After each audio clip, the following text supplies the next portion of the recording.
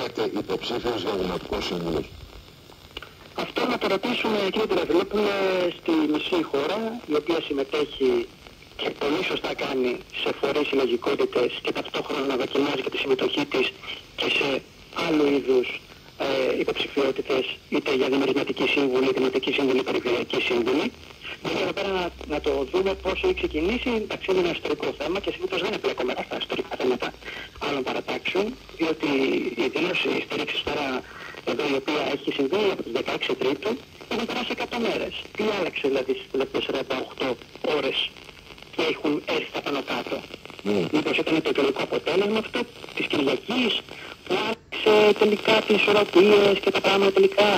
Μήπως είναι αυτή η άνοδος οικοδεξιάς που τώρα βλέπουμε και μας συγκλονίζει, την οποία κάποιοι κύκλοι προσπαθούν να την εκμεταλλευτούν και αυτή σε τοπικό επίπεδο? Διότι εδώ δεν εξηγείται αλλιώς αυτή η αυταρχική στάση, έτσι είναι πατιά από δημοκρατική πρόταση, θεωρώ, βγαλμένη από το εγχειρίδιο του αυταρχισμού, διότι στρέφεται κατά συγκεκριμένων προσώπων. 1, 2, 3, εσείς έξω.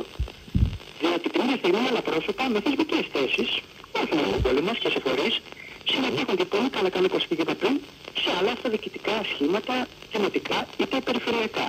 Άρα για δηλαδή τι θα γίνει, θα ζητηθεί πλέον όλα τα μέλη αυτά να αρχίζουν σιγά σιγά να παραδίδουν τις θέσεις τους? Διότι